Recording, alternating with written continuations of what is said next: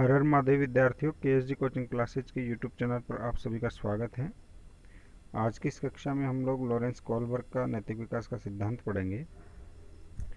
तो देखिए, जब मैंने आपको विकास पढ़ाया था तो मैंने बताया था कि जो नैतिक विकास है उसके अलग से ही क्लास लगेगी और उसी कड़ी में ये क्लास है। सबसे पहले तो मोरलिटी क्या होती है, नैतिकता क्या होती है, इसके बारे में जानेंगे और फिर अपन कोहलबर्ग के सिद्धांत के ऊपर आएंगे। तो देखिए, मोरल शब्द है वो मोरेस शब्द से बना है। मोरेस शब्द लैटिन भाषा का शब्द है और इस लैटिन भाषा के शब्द का अर्थ होता है आचरण करना, रीति रिवाज या लोक प्रथा। वैसे नैतिकता का अर्थ क्या होता है वो अपन देखते हैं। नैतिकता का अर्थ होता है सामाजिक समूह के मान्य नियम को आचरण में लाना। सामाजिक समूह के मान्य जो नियम है, जैसे अपने समाज में जो प्रचलित नियम है उनका अपन आचरण करें, वह नैतिकता कहलाती है। जैसे चोरी नहीं करना, यह आपकी नैतिकता है, क्योंकि अपना समाज है वह इस नियम को मानता है और प्रत्येक व्यक्ति जो भी इसको आचरण में लाता है वह नैतिक नियमों का पालन करता है। दूसरी चीज आती है नैतिकता सामाजिक नियंत्रण का एक साधन होता है। समाज में समाज को कंट्रोल करने का या समाज में रहने वाले व्यक्तियों का कंट्रोल करने का सबसे अच्छा साधन है नैतिकता। नैतिकता के माध्यम से अपन उनको नियंत्रित कर सकते हैं, व्यक्तियों को। नैतिकता का ध्येय सामाजिक आदर्शों का स्वेच्छा से पालन करने एवं बाहर से भीतर की ओर अधिकार की पुष्टि से है। ये इंपॉर्टेंट है, इसको लगा लेना। कोई ना कोई एग्जाम में आपके खटक जाएगा ये क्वेश्चन, इसको इंपॉर्टेंट लगा देना। नैतिकता का ध्येय क्या होता है या नैतिकता का क्या आवश्यकता है, उसका मोटो क्या है? तो सामाजिक आदर्शों का स्वेच्छा से पालन करना। फोर्सली जो पालन करवाया जाता है वो नैतिकता नहीं होती है। नैतिकता वो होती है जिसमें व्यक्ति नियमों की पालना स्वेच्छा से करता, अपनी मर्जी से करता है। तो सामाजिक आदर्शों की स्वेच्छा से पालन करने एवं बाहर से भीतर की ओर अधिकार की पुष्टि। देखिए, जो भी नैतिकता होती है, नैतिकता के अंदर अधिकारों की बलि चढ़ती है। कोई भी व्यक्ति होता है वो मान्य नियम नहीं मानना चाहता, लेकिन यदि कोई व्यक्ति नैतिक है तो वह अपने अधिकारों को भी पूरा कर सकता है। जैसे मान लीजिए आप कहो कि भाई मैंने जन्म लिया है यहाँ पे, तो मैं जो मर्जी आए वो करूँगा, मेरा ये अधिकार है। तो नैतिकता ये कहती है कि आपके अधिकार हैं वो बाहर से भीतर की ओर यदि पूरे हो रहे हैं तो वह नैतिकता के माध्यम से हो रहे हैं। नेक्स्ट है, अब आते हैं अपन लॉरेंस कोहलबर्ग के ऊपर, जिन्होंने नैतिक विकास को सबसे पहले पढ़ा, नैतिक विकास का सबसे पहले सिद्धांत दिया। तो लॉरेंस कोहलबर्ग का जो जन्म है वो 1927 में हुआ था, मृत्यु 1987 में हुई थी।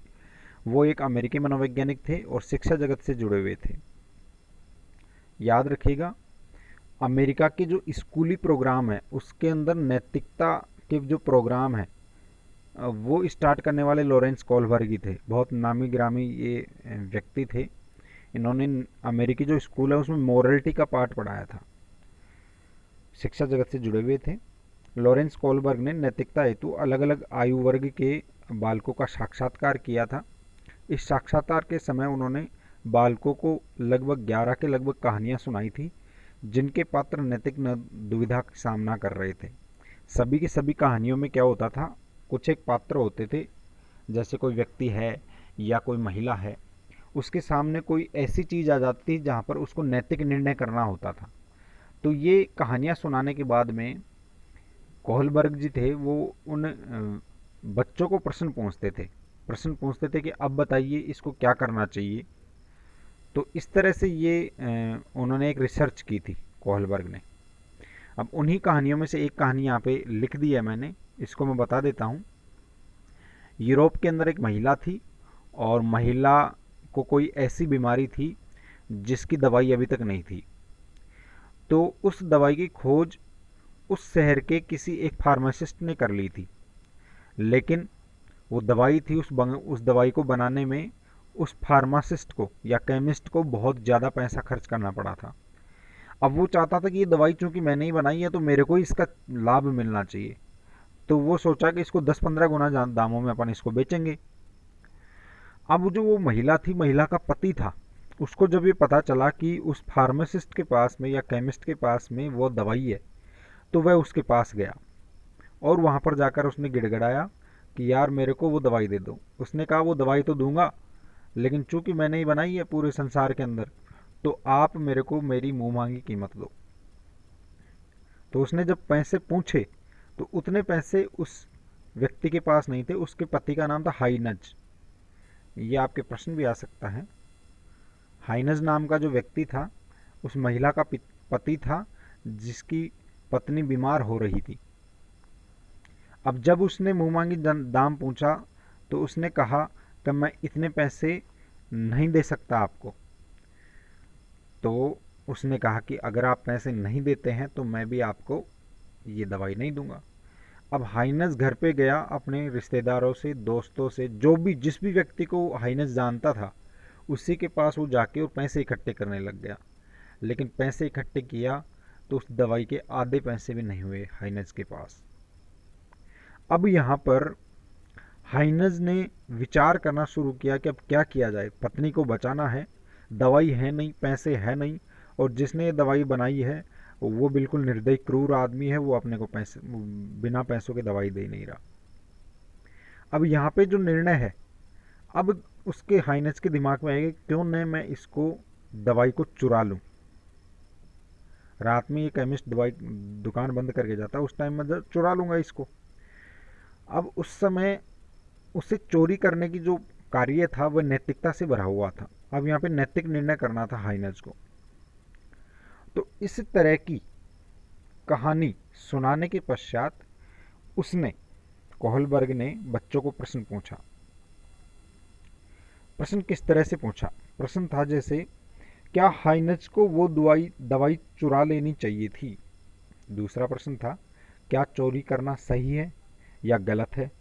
गलत है तो क्यों है, और सही है तो क्यों है? क्या यह एक पति का कर्तव्य है कि वह अपनी पत्नी के लिए दवाई चोरी करके लाए? क्या दवाई बनाने वाले का हक है कि वह दवाई को कितने भी पैसों में बेचे? क्या ऐसा कोई कानून नहीं है जिससे दवाई की कीमत पर अंकुश लगाया जा सके? तो ऐसा कोई भी कानून है तो वो सही है या नहीं है? नहीं है तो क्यों? क्यों नहीं है? बच्चों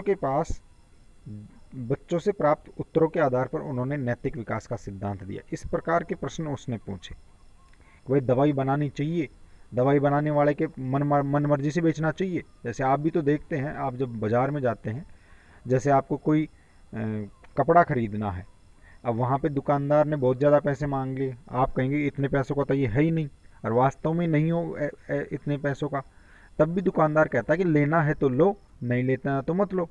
अब उस टाइम में आपको ये पता रहता है कि वो ज़्यादा पैसे मांग रहा है, दुगने तुगने, लेकिन फिर भी आप मजबूर रहते हो। तो इस तरह से प्रश्न उन्होंने पूछे। अब कोहलबर्ग के सिद्धांत में कुल 3 स्तर होते हैं और प्रत्येक में 2 अवस्थाएं होती हैं। तो कुल 6 अवस्थाओं के अंदर बालक का नैतिक विकास पूर्ण हो जाता है। कुछ विद्वान शिक्षक यहाँ पर 7 भी लिख देते हैं, कुछ गाइड्स भी 7 लिख देती हैं। तो देखिए यहाँ पर जो नैतिक विकास है कोहलबर्ग के सिद्धांत में 6 अवस्थाओं में पूर्ण होता है, लेकिन कभी कभी 7 अवस्थाएं भी दे देते हैं, तो उसमें टेंशन लेने की आपको आवश्यकता नहीं है। जो 3 अवस्थाएं होती हैं उसमें से जो सबसे पहली अवस्था होती है, वास्तव में वो 7वीं अवस्था होती है, वो पहली अवस्था होती है, और वो होती है जन्म के 2 वर्ष तक। तो जन्म के 2 वर्ष तक कोहलबर्ग ने अपने सिद्धांत के अंदर इस स्टेज को, इस अवस्था को नहीं दिया, इसलिए मैंने भी यहाँ पे 6 अवस्थाएं लिखी है। और वो जो पहली अवस्था होती है जन्म से वो 2 वर्ष तक की, उसको आत्म केंद्रित अवस्था कहते हैं। मैं यहाँ पे लिख देता हूँ, बाद में आप कंफ्यूज होंगे। आत्म केंद्रित अवस्था। आत्म केंद्रित अवस्था के अंदर चूंकि बालक के अंदर कोई संवेगों का आकार प्रकार नहीं होता है, संवेग अस्थिर होते हैं, बदलते रहते हैं, तो नैतिकता का उद्भव नहीं हो पाता है। इसलिए आत्म केंद्रित अवस्था को मैंने यहाँ पर नोट्स में शामिल नहीं किया है। टेलीग्राम पे भी आपको पीडीएफ मिलेगी, तो उसमें नहीं मिलेगी, इस वीडियो में ही मैंने आपको बता दिया है। नेक्स्ट है, कोहलबर्ग ने एक चीज बताई है कि इन अवस्थाओं का क्रम निश्चित होता है। कोई व्यक्ति एक अवस्था को छोड़कर आगे की अवस्था में नहीं बढ़ सकता है। बहुत से व्यक्ति किसी एक अवस्था में ही रह सकते हैं और वे नैतिक अवस्था की अपरिपक्वता के साथ जीते हैं। इसको मोस्ट लगा लेना। अगर एक अवस्था के अंदर आप रह रहे हैं तो उसको छोड़कर आगे की अवस्था में नहीं जा पाते हैं तो आप पूर्ण रूप से नैतिक रूप से परिपक्व नहीं होते। तो आप स्वयं को देख लेना, आप कहां पर हो। 3 अवस्थाएं कौन कौन सी हैं, 3 स्तर हैं, इनको अवस्थाएं नहीं लेवल बोलते हैं इनको। पहला जो लेवल है वह है पूर्व पारंपरिक अवस्था, जो कि जिसको प्री कन्वेंशनल मॉरलिटी बोलते हैं। तो यह 4 से 9 वर्ष तक चलती है। पारंपरिक अवस्था में 10 से 13 वर्ष तक चलती है। उत्तर पारंपरिक अवस्था को 13 से 18 वर्ष तक माना जाता है। अब देखिए, पूर्व पारंपरिक अवस्था है 4 से 9 वर्ष, उसकी 2 अवस्थाएं होती हैं, दंड आज्ञाकारिता उन्मुक्ता और साधन सापेक्ष उन्मुक्ता। इसको कभी यांत्रिक उन्मुक्ता भी बोल देते हैं, शब्द हैं उनको ध्यान रखना। वैसे आपके टेस्ट लगेंगे उनमें इस तरह से मैं बदल के शब्द दे दूंगा। यांत्रिक उन्मुक्ता भी कभी कभी इसको बोल देते हैं। दंड आज्ञाकारिता की अंग्रेजी है ओबीडियंस एंड पनिशमेंट, और साधन सापेक्ष उन्मुक्ता को बोलते हैं इंडिविजुअलिज्म एंड एक्सचेंज। इंडिविजुअल जो होता है उसको बोलते हैं स्वयं। तो देखो, पहले दंड आज्ञाकारिता उन्मुक्ता देखते हैं। 9 वर्ष के पूर्व लगभग 3 से 6 वर्ष के जो बालक होते हैं वे बहुत से नैतिक नियमों को मानते हैं और उनको फॉलो करते हैं, लेकिन ये जो नैतिकता अपनाते हैं ये नैतिक व्यवहार दंड से बचने हेतु या दंड के डर से करते हैं। जैसे आपको 6 साल का एक बालक नमस्ते कर रहा है, नैतिकता दिखा रहा है, तो हो सकता है कि उसके पीछे उसको ऐसा कहा गया हो कि यदि नमस्ते नहीं करोगे तो पिटाई करी जाएगी।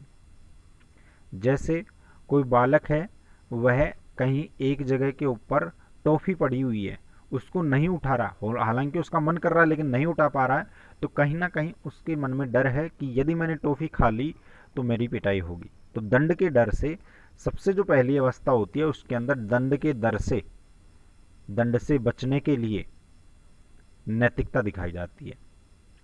ये प्रश्न आपके छप गया था रीट के अंदर, इसको मोस्ट लगा लेना। इस अवस्था में क्रिया के भौतिक परिणामों के आधार पर उसे अच्छा या बुरा माना जाता है। वह क्रिया जिसका परिणाम बुरा होगा उस परिणाम के आधार पर ही उसको करना है या नहीं करना है, इसका निर्णय लिया जाता है बालक के द्वारा। तो क्रिया के भौतिक परिणामों के आधार पर किस अवस्था के अंदर नैतिकता का निर्णय लिया जाता है, दंड आज्ञाकारिता उन्मुक्ता में। इस अवस्था में वही नैतिक माना जाता है जो स्वयं कल्याण करे। स्वयं कल्याण का मतलब होता है खुद का कल्याण, खुद के स्वार्थ के लिए जो कार्य किए जाते हैं वो इस अवस्था में किए जाते हैं। दूसरा आता है यांत्रिक सापेक्ष उन्मुक्ता या साधन सापेक्ष उन्मुक्ता। 9 वर्ष के जो पूर्व के बालक होते हैं, या फिर आप इसको ये भी कह सकते हैं लगभग 6, 7, 8, 9 वर्ष के बालक होते हैं, उनके मध्य या फिर अंतिम बाल्यावस्था, ये शब्द भी आपके बहुत इंपॉर्टेंट है। अंतिम बाल्यावस्था में पुरस्कार प्राप्त करने से या फिर उसको कोई ना कोई चीज मिलेगी। पुरस्कार का मतलब होता है प्रोत्साहन भी हो सकता है यहाँ पर, जैसे उसकी बढ़ाई की जाएगी। तो पुरस्कार प्राप्त करने की इच्छा से नैतिक व्यवहार प्रदर्शित किया जाता है। इस अवस्था में स्वयं के साथ साथ अन्य का भी ध्यान रखा जाता है, ये इंपॉर्टेंट है। अब देखो, इसको भी इंपॉर्टेंट लगा देना। बालक में ईमानदारी तो होती है लेकिन उसका स्वरूप भौतिक रहता है। प्री कन्वेंशनल स्टेज की दोनों स्टेजों के अंदर भौतिक स्वरूप विद्यमान होता है। जैसे तुमने मुझे थप्पड़ मारा तो मैं भी तुझे थप्पड़ मारूंगा। इस टाइम में बच्चे लड़ते हैं, नैतिकता के ऊपर लड़ते हैं कि पहले इसने मेरे को टच किया था इसलिए मैंने भी इसको टच किया, पहले इसने ये किया था तो मैंने भी इसको ये किया। तो इस तरह से भौतिक स्वरूप विद्यमान होता है और ईमानदारी होती है, और खुद के साथ साथ अन्य का भी ध्यान रखा जाता है। मित्र की अवस्था होती है, मित्र बनाने लग जाता है बालक, टोली की अवस्था होती है। तो उसमें जो नैतिकता होती है उसमें दूसरों का ध्यान रखा जाता है, कंपैरिजन की जाती है, तुलना की जाती है, और भौतिकता विद्यमान रहती है। भौतिक स्वरूप में नैतिकता होती है, मानसिक रूप से नहीं होती है। दूसरा जो स्तर आता है वह आता है पारंपरिक स्तर 10 से 13 वर्ष का। इसमें दो स्तर पाए जाते हैं, दो अवस्थाएं पाई जाती हैं दूसरे स्तर में।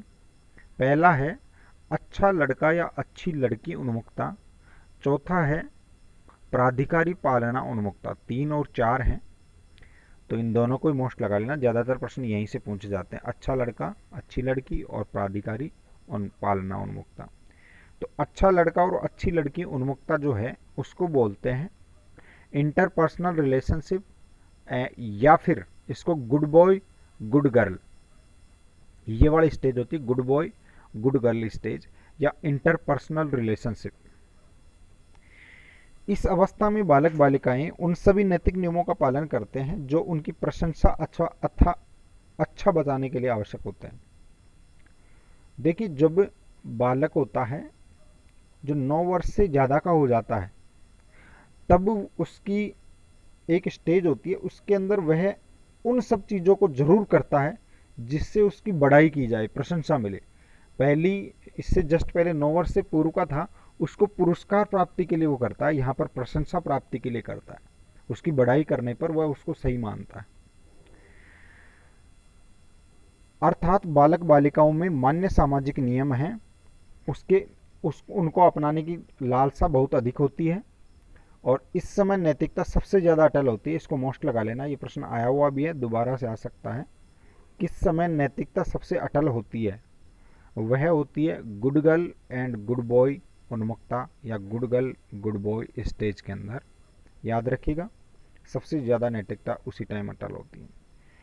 इसका जो दूसरा भाग है, जो पारंपरिक स्तर है उसका दूसरा भाग है, वो आती है प्राधिकारी पालना उन्मुखता, या उसको बोलते हैं maintaining social orders. Social orders को मेंटेन करने के लिए जो नैतिकता अपनाई जाती है वह दूसरी अवस्था होती है, कुल मिला के चौथी अवस्था होती है। इस अवस्था में बालक सामाजिक अवस्था को बनाए रखने या फिर प्राधिकारी द्वारा लागू की गई नीतियों का पालन करते हैं। इस समय प्राधिकारी नैतिकता विकसित हो जाती है। इस स्थिति में बच्चों के नैतिक विकास की अवस्था सामाजिक आदेश, कानून, न्याय और कर्तव्यों पर आधारित होती है। ये क्वेश्चन आपके रीट में ऐसे कैसे छप सकता है? वह कौन सी अवस्था है जिस अवस्था में नैतिकता सामाजिक आदेश, कानून, न्याय और कर्तव्यों पर आधारित हो जाती है? इसके अलावा इससे पहले की अवस्था और इसके बाद की अवस्थाओं के अंदर नैतिकता होती है वो कानून के अनुसार नहीं होती है। सबसे ज़्यादा प्राधिकारी पालना उन्मुखता होती है वह पारंपरिक स्तर में होती है, अर्थात 9 से 13 साल के जो बालक होते हैं उनके अंदर होती है। जो भी उत्तर बाल्यावस्था में या प्रारंभिक किशोर अवस्था के जो बालक होते हैं उनके अंदर प्राधिकारी पालन उन्मुखता होती है।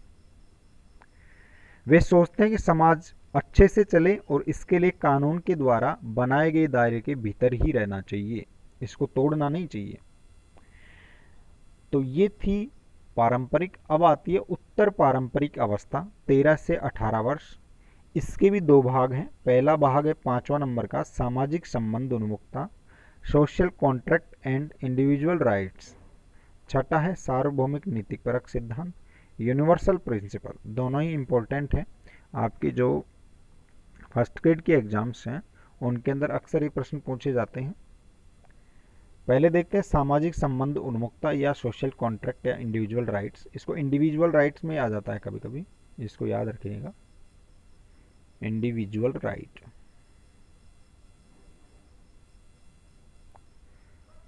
तो देखिए, ये देखते हैं इस अवस्था में बालक किशोरावस्था में होता है एवं उसका तार्किक रूप से विकास हो जाता है।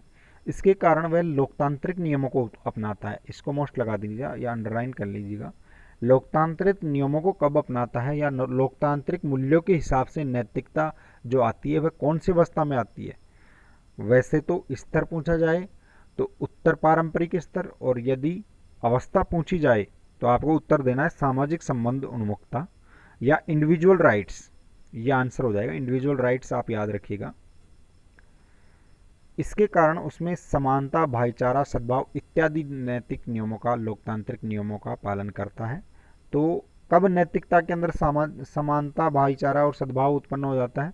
सामाजिक संबंध उन्मुखता में। नेक्स्ट आता है सार्वभौमिक नीतिपरक सिद्धांत। कोहलबर्ग के अनुसार यह नैतिक विकास की उच्चतम सीमा होती है। बहुत ही जबरदस्त चीज है। नैतिक विकास की जो उच्चतम सीमा होती है वह है सार्वभौमिक नीतिपरक सिद्धांत। इसमें प्रत्येक व्यक्ति एक नैतिक नियमावली की रचना करता है और अपने स्वयं के नैतिक नियमों को बनाता है। व्यक्ति कब अपनी नैतिक नियमावली बनाता है? तो किशोर अवस्था के उत्तर में बना लेता है, अर्थात प्रौढ़ अवस्था के प्रारंभ में या किशोर अवस्था के लास्ट के अंदर। वह अपने नियमों के पालन करने पर उत्साहित होता है एवं अन्य व्यक्तियों के नियमों को मान्यता, अन्य व्यक्तियों द्वारा अपने नियमों की मान्यता प्राप्त करना चाहता है। जो उसने रूल बनाए हैं उन रूलों को कोई भी फॉलो करता है तो वो उत्साहित होता है कि हाँ ये सही है, और यदि अन्य व्यक्ति हैं वो भी उसको मान्यता देते हैं कि हाँ ठीक है ये सही कह रहा है, ऐसे ही होना चाहिए, तो वह बड़ा प्रसन्न होता है और वह ऐसा चाहता भी है। इस अवस्था में बालक आत्मनिंदा से बचना चाहता है। इस अवस्था में किशोर सार्वत्रिक नैतिक नियम या यूनिवर्सल मोरल लॉ की नैतिकता बरकरार रहती है, वह यूनिवर्सल नियमों का पालन करता है। नैतिकता की पराकाष्ठा, इसको मोस्ट लगा लेना, इसको भी मोस्ट लगा लेना, ये भी पूछा जा सकता है आपके। नैतिकता की पराकाष्ठा में जीवन को सम्मान दिया जाता है और प्रत्येक का जीवन अमूल्य समझा जाता है। कोई व्यक्ति पूरी तरह से नैतिक है या नहीं है वह कब माना जाएगा? जब वह जीवन को सम्मान देगा, अर्थात जब आपकी सोच हो जाएगी कि जीवन अमूल्य है, यदि आप किसी को मरे हुए को जन्म नहीं दे सकते हैं तो फिर आपका कोई अधिकार नहीं है कि जीवन छीना जाए, तो येन केन प्रकारेण सबको बचाना है, वह नैतिकता की उच्चतम सीमा होती है। इसका मतलब ये है कि जैसे आपको पूछा जाए कि फांसी होनी चाहिए या नहीं होनी चाहिए, यदि आप कह रहे हैं हाँ, तो आप नैतिकता की उच्चतम पराकाष्ठा को नहीं छुए, और यदि आप कह रहे हैं कि नहीं ये गलत है, जीवन अमूल्य है, हालांकि उसने चाहे से कोई भी गलती कर दी हो लेकिन उसको किसी भी हालत में फांसी नहीं मिलनी चाहिए, तो यह इसका मतलब है कि आपने जीवन को सम्मान दिया है और आप नैतिकता की पराकाष्ठता को छू चुके हैं। तो इस तरह से ये कोहलबर्ग का नैतिक विकास का सिद्धांत पूरा हुआ। और इसके अलावा जो नैतिकता है, नैतिकता को प्रभावित करने वाले कारक कौन कौन से हैं तो वो सभी आप जानते हैं। परिवार, विद्यालय, व्यक्ति स्वयं, समाज, संस्कृति, ये सारी की सारी चीज़ें हैं कि जो कि प्रभावित करती हैं, तो वो बताने से कोई फ़ायदा भी नहीं है। तो आज की क्लास में इतना ही। इसी तरह से आप KSG कोचिंग क्लासेस से जुड़े रहें। इस वीडियो को ज़्यादा से ज़्यादा शेयर करें, लाइक करें। हर हर महादेव।